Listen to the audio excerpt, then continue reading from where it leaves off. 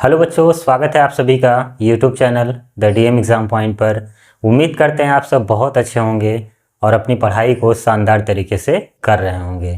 प्यारे बच्चों, आज से आपकी क्लासेस स्टार्ट हो रही हैं और क्लासेस आपकी रेगुलर चलेंगी।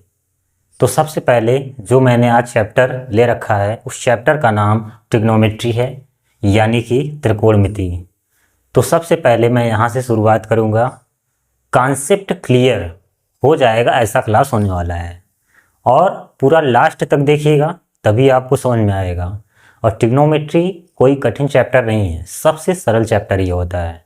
तो बस आपको देखने की ज़रूरत है शुरुआत से, और मैं उम्मीद करके चलता हूँ कि आपको ट्रिग्नोमेट्री में फ्यूचर में कभी भी डर नहीं लगेगा। तो चलिए शुरू करते हैं ट्रिग्नोमेट्री को। तो त्रिकोणमिति यानी कि ट्रिग्नोमेट्री का अर्थ क्या होता है? त्रिकोणमिति। तो सबसे पहले इसी के बारे में जानते हैं। तो ट्रिग्नोमेट्री यानी कि त्रिकोणमिति। तो त्रिकोणमिति को अगर हम देखें तो यह दो शब्दों से मिलकर के बना है। जैसे अगर हम इसको बांट करके देखें, यहाँ पर त्रिकोण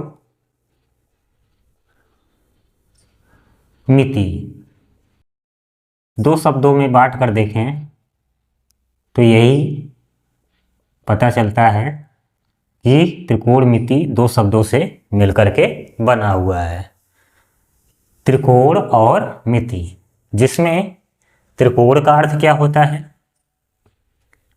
और मिति का अर्थ क्या होता है, इसके बारे में जानिए। त्रिकोण का अर्थ होता है त्रिभुज। इसका अर्थ क्या होता है? त्रिभुज। और मिति का अर्थ मापन। ठीक है। त्रिकोणमिति दो शब्दों से मिलकर बना है, त्रिकोण मिति, जिसमें त्रिकोण का अर्थ त्रिभुज है और मिति का अर्थ मापन है। अब सोच रहे होंगे कि त्रिकोण का मतलब तो तीन कोण होता है। अब किसी भी बहुभुज में अगर तीन कोण है तो तीन भुजा भी होती है, ये आपको पहले से ही पता है। नहीं पता है तो आने वाले समय में मैं इसको अवश्य बताऊंगा। तो तीन कोण यानी कि अगर तीन कोण है तो तीन भुजा भी होगा। इसीलिए यहाँ पर त्रिकोण का अर्थ क्या होता है? त्रिभुज। और मिति का अर्थ क्या होता है? मापन। त्रिभुज को हम लोग क्या कहते हैं? ट्राइंगल या ट्रायंगल भी बोलते हैं। ठीक है। और मापन यानी कि मेजरमेंट।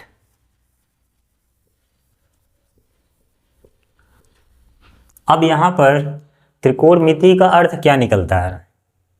त्रिभुज का मापन। यानी कि त्रिकोणमिति का अर्थ क्या होता है? त्रिभुज का मापन। चलिए मैं यहां लिख दे रहा हूं, त्रिकोणमिति, त्रिकोणमिति का अर्थ।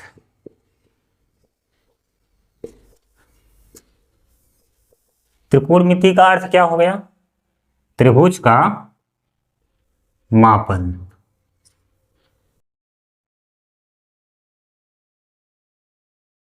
त्रिभुज का मापन। अब यहाँ जो हम त्रिभुज लेंगे, वैसे तो समकोण त्रिभुज लेंगे, तो जो त्रिभुज का मापन होगा उसमें दो तरह का मापन होगा। एक कोण का मापन होता है, एक भुजा का मापन। तो नंबर 1 कोण का मापन होगा, कोण का मापन। और दूसरा क्या होता है? भुजा का मापन। भुजा का मापन। तो ये दो चीजें हैं। त्रिकोणमिति दो शब्दों से मिलकर के बना है, त्रिकोण और मिति। त्रिकोण का अर्थ त्रिभुज होता है, मिति का मतलब मापन, यानी कि त्रिभुज का मापन। त्रिकोणमिति का अर्थ क्या हो गया? त्रिभुज का मापन। इसमें मापन दो तरह का होगा, एक कोण का मापन करेंगे और एक भुजा का मापन करेंगे। तो त्रिकोणमिति का अर्थ आपको समझ में आ गया होगा। तो चलिए अब हम आगे की ओर बढ़ते हैं। इसको मिटा दे रहे हैं। अगर आपको नोट करना होगा तो नोट कर लीजिएगा। अब मैं इसके आगे की ओर बढ़ रहा हूं। अब हम जानने का ये प्रयास करते हैं कि त्रिकोणमिति अनुपात क्या होता है। त्रिकोणमिति अनुपात क्या होता है? चलिए इसके बारे में जानते हैं। यहाँ मैं लिख दे रहा हूँ त्रिकोण मिति अनुपात।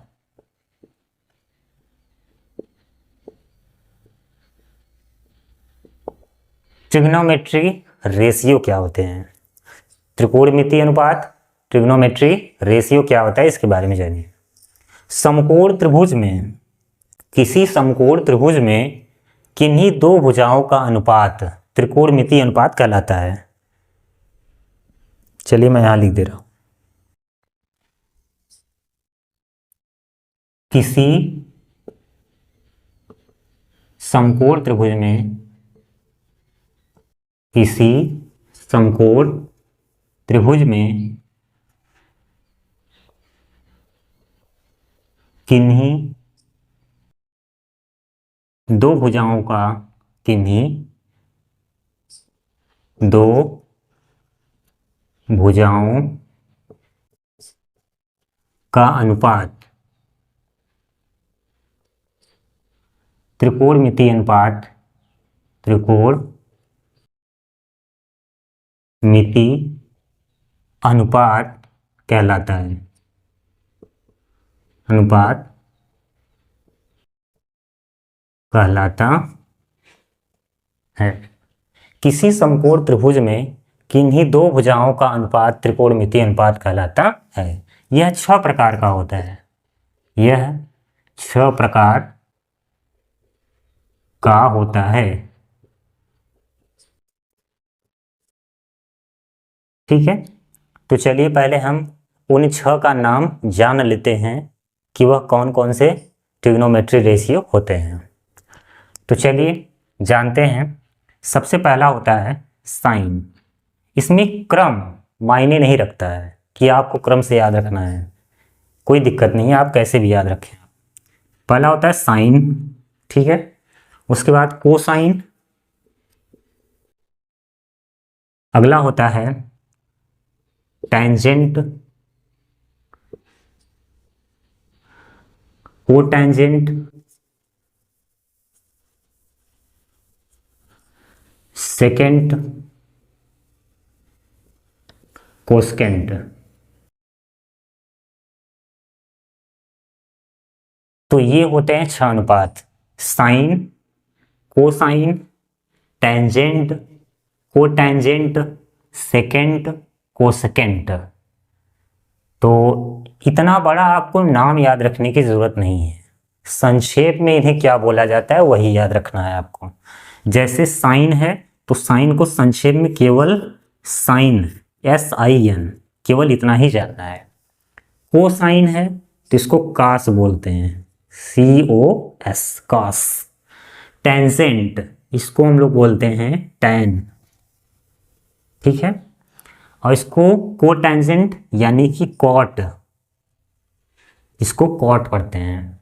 और ये सेकेंड है तो इसको सेक बोलेंगे, सेक, ठीक है, सेक। और इसको कोसेक बोलते हैं,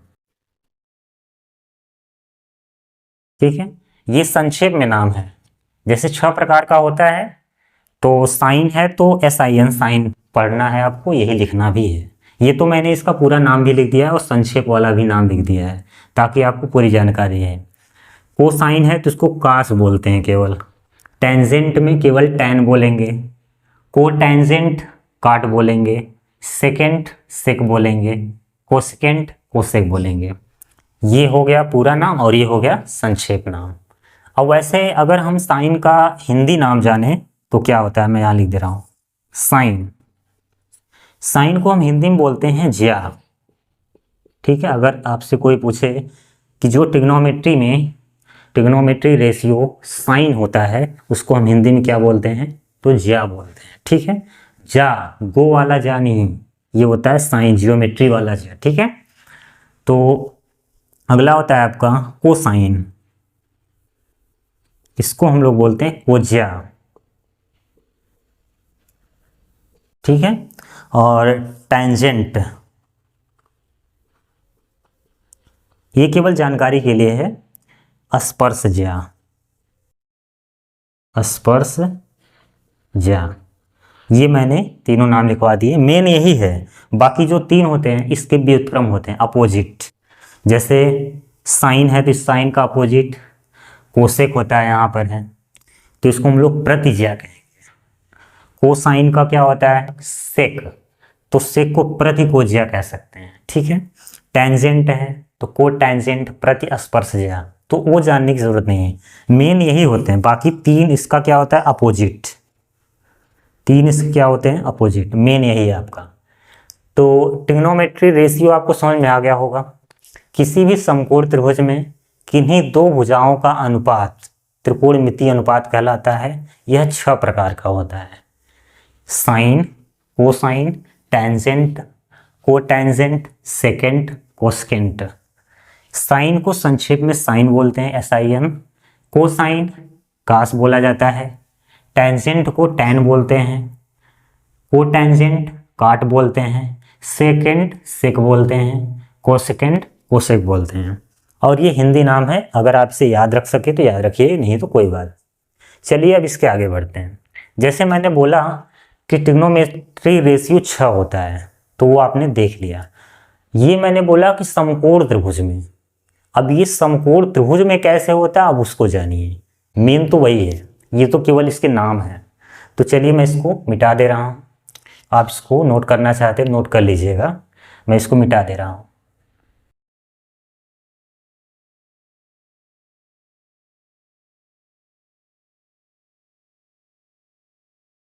तो चलिए अब जानते हैं हम कि ट्रिग्नोमेट्री रेशियो में वो 6 अनुपात किस तरह से निकाले जाते हैं और क्या होते हैं। तो समकोण त्रिभुज क्या होता है ये तो पता ही होगा।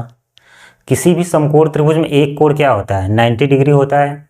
यानी कि जब किसी त्रिभुज में एक कोण का मान 90 अंश हो जाता है तो उसे समकोण त्रिभुज कहते हैं। चलिए मैं बता दे रहा हूँ थोड़ा, अगर आपको न पता हो तो जानकारी हो जाएगी। जैसे मैंने ये ले लिया एक त्रिभुज, तो इसमें एक कोण क्या होता है, फिक्स 90 डिग्री, ABC। तो यह एक त्रिभुज है, इसको हम लोग बोलते हैं समकोण त्रिभुज। इसमें एक कोण फिक्स रहता है, जिसे हम लोग कहते हैं समकोण त्रिभुज। तो वह त्रिभुज जिसमें एक कोण का मान, वह कोई भी कोण हो सकता है, वह त्रिभुज जिसमें एक कोण का मान 90 अंश होता है या 90 डिग्री होता है उसे समकोण त्रिभुज कहते हैं। समकोण त्रिभुज में तीनों भुजाओं का नाम फिक्स है। अब भुजाओं का नाम क्या होता है उनके बारे में जानिए। जैसे अगर मैं मान लूं कि यहाँ पर एक एंगल है थीटा, यहाँ पर क्या है, एंगल थीटा, इसको हम लोग क्या बोलते हैं, थीटा। अगर आप न जानते हो तो जान लीजिए, थीटा, थीटा पढ़ते हैं। तो थीटा जो है यहाँ पर न्यून कोण है, क्योंकि किसी भी त्रिभुज में तीनों कोणों का योग 180 अंश होता है। अगर तीनों कोणों में से एक कोण 90 डिग्री है तो इसका मतलब ये है कि इन दोनों का योग 90 अंश होगा। इन दोनों को कोणों का योग कितना होगा, 90 डिग्री होगा। तीनों कोणों का योग 180 होता है, लेकिन अगर एक कोण 90 है तो इन दोनों का योग कितना होगा, 90 होगा, ठीक है। तो यहाँ पर ये जो होता है न्यून कोण होता है, और ये जो होता है ये भी न्यून कोण होता है। यानी कि किसी भी समकोण त्रिभुज में 2 न्यून कोण होते हैं और एक समकोण होता है, ठीक है। न्यून कोण क्या होता है पता ही है। न्यून कोण यानी कि जो कोण 0 अंश से बड़ा और 90 अंश से छोटा होता है वो न्यून कोण होता है। तो चलिए, अगर किसी भी समकोण त्रिभुज में एक न्यून कोण थीटा है तो इस न्यून कोण के सामने वाली भुजा को लंब कहते हैं, लंब, ठीक है। और समकोण के सामने वाली भुजा यानी जो AC दिख रही है, समकोण के सामने वाली भुजा को क्या कहते हैं, कर्ण, ठीक है। और यहाँ पर जो तीसरी भुजा बचेगी उसको हम कहते हैं आधार, ठीक है। तो लंब को कहते हैं परपेंडिकुलर,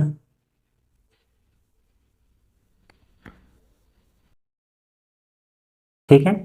और इसको हाइपोटेनस बोलते हैं, इसको बेस बोलते हैं, ठीक है। तो किसी भी समकोण त्रिभुज में न्यून कोण के सामने वाली भुजा को लंब कहते हैं, समकोण के सामने वाली भुजा को कर्ण कहते हैं, तीसरी भुजा को आधार कहते हैं। एक बार फिर सुनिए, किसी भी समकोण त्रिभुज में न्यून कोण के सामने वाली भुजा को लंब कहते हैं, समकोण के सामने वाली भुजा को कर्ण कहते हैं और शेष तीसरी भुजा को आधार कहते हैं। इतना क्लियर है। अब चलिए आगे बढ़ते हैं। अभी मैंने जो बताया था कि ट्रिग्नोमेट्री रेशियो 6 होते हैं, अब इस समकोण त्रिभुज में कैसे लेना है उसको समझिए और इसको याद रखने का तरीका भी मैं बताऊंगा। जैसे यहाँ पर रेशियो किस तरह से हो सकता है, ए बी बटे बी सी, ए बी बटे ए सी बटे ए बी सी बटे ए सी बटे बी सी, मतलब 6 प्रकार का होता है। चलिए मैं यहाँ दिखाता हूँ आपको। जैसे इनको याद करने का तरीका भी मैं लिख दे रहा हूँ। इनको हम बोलते हैं लाल बटे कका, यहाँ मैं लिख दे रहा हूँ।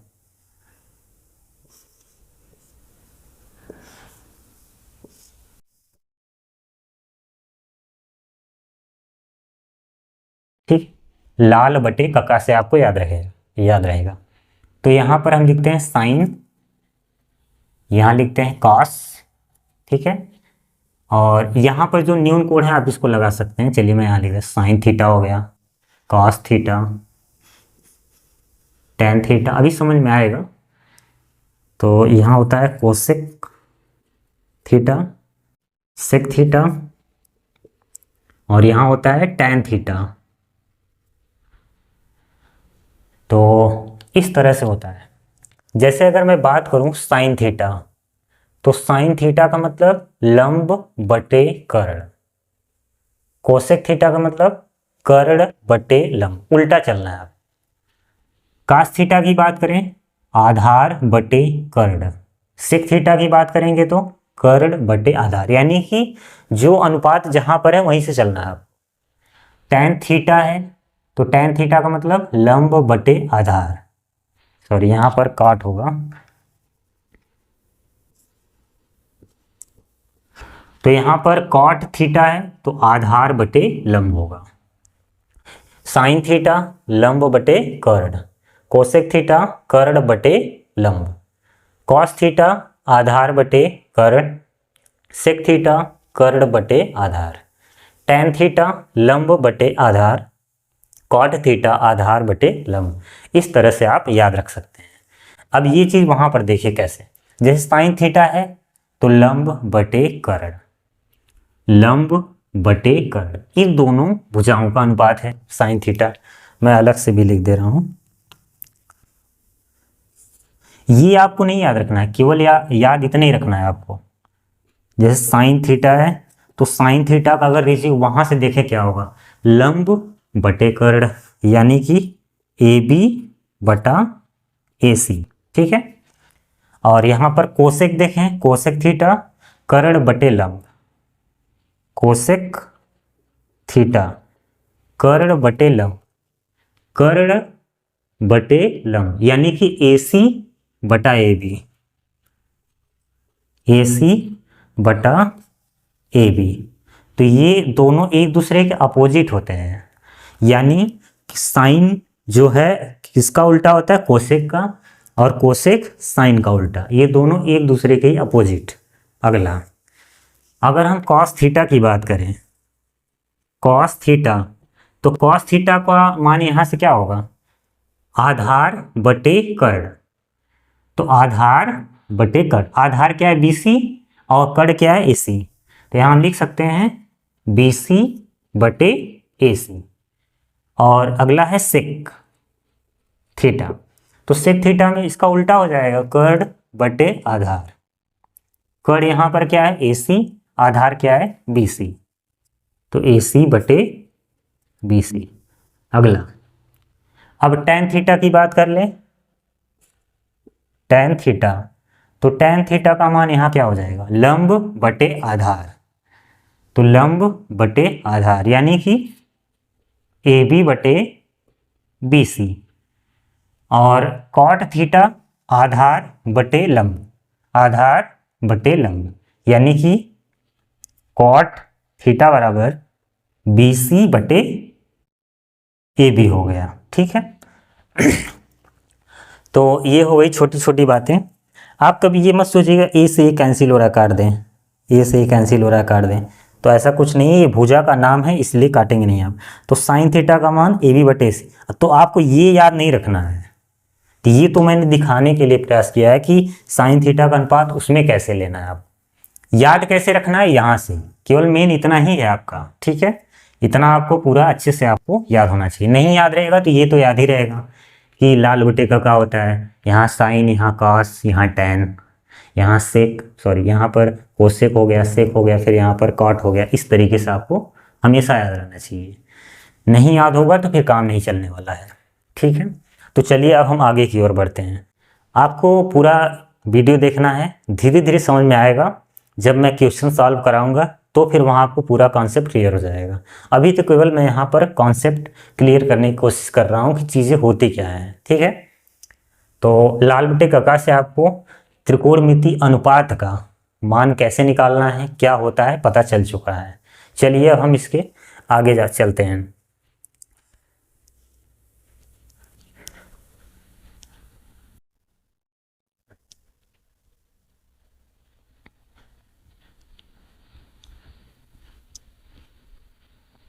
अब देखिए कुछ छोटी छोटी बातें और हैं, उसके बाद फिर हम आगे जानने का प्रयास करेंगे।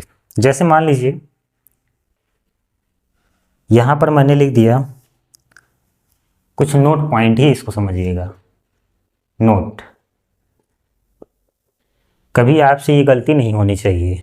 जैसे मान लीजिए मैंने यहाँ लिख दिया साइन थीटा, तो कभी भी आप ये मत समझिएगा कि यहाँ पर साइन गुणे थीटा है, ये बिल्कुल गलत है। ठीक है, यानी कि ये गलत है, बराबर नहीं है। जैसे यहाँ पर आप ये सोच रहे होंगे कि साइन थीटा है तो साइन और थीटा का गुणा कर दे तो साइन थीटा आ जाएगा, नहीं, ऐसे नहीं होता है। साइन थीटा में ये साइन क्या है, ये ट्रिग्नोमेट्री रेशियो है, trigonometry ratio, TR trigonometry ratio है। और ये क्या है, ये न्यून कोण है, न्यून कोण यानी कि एक्यूट एंगल है ये। ठीक है, एक्यूट एंगल, न्यून कोण। तो साइन थीटा मतलब ये जो साइन है ये समकोण त्रिभुज में भुजाओं का अनुपात होता है, और ये जो थीटा है ये क्या है, कोण, एंगल। समझ रहे हैं ना आप। तो कभी आप ये मत सोचिएगा कि साइन थीटा में साइन और थीटा का गुणा कर दे तो साइन थीटा, किसी भी ट्रिग्नोमेट्री रेशियो के लिए लागू नहीं होता है। तो चलिए ज़्यादा ही हो गया, इसको मैं थोड़ा मिटा दे रहा हूँ। तो कभी ऐसा नहीं होता है ये, तो कभी बराबर नहीं होगा। दूसरा चीज़ ये कि जैसे मान लीजिए साइन स्क्वायर थीटा है, तो इसको हम ऐसे लिख सकते हैं, साइन थीटा का होल क्यूब, इसको ऐसे लिखा जा सकता है। और कोई भी पावर हो, जैसे साइन क्यूब थीटा है तो इसको हम ऐसे लिख सकते हैं, साइन थीटा का होल क्यूब, इस तरह से हम लिख सकते हैं। तो ये सब कुछ नोट पॉइंट है जो मैंने बताने का प्रयास किया। उम्मीद है आपको समझ में आ गया होगा। और ये जो मैंने आज बेसिक कॉन्सेप्ट बताया है इसको मैं एग्जाम्पल ले करके भी समझाऊंगा ताकि कॉन्सेप्ट और अच्छे से क्लियर हो। अगर आपका थोड़ा बहुत भी डाउट रह गया होगा तो जब मैं एग्जाम्पल सॉल्व कराऊंगा तो वहाँ आपका पूरा क्लियर हो जाएगा। तो एक काम आपको करना है कि ट्रिग्नोमेट्री रेशियो जो है उसको समझना है, और हो सके तो उसको याद कर लीजिएगा। याद करना आसान काम है, लाल बटे कका है, सब जानते हैं, छोटे छोटे बच्चे भी याद कर लेंगे इसे, लाल बटे कका। Sine cos tan cosec sec और कॉट, तो इस तरीके से आपको याद रखना है। अगर ये याद हो गया तो यकीन मानिए बिल्कुल आसान हो जाएगा आपके लिए, एग्जाम्पल में कुछ नहीं रह जाएगा फिर। तो चलिए मिलते हैं कल। आज का मतलब वीडियो जैसा भी लगा होगा कमेंट बॉक्स में ज़रूर बताइएगा। मिलते हैं कल। जय हिंद, जय भारत।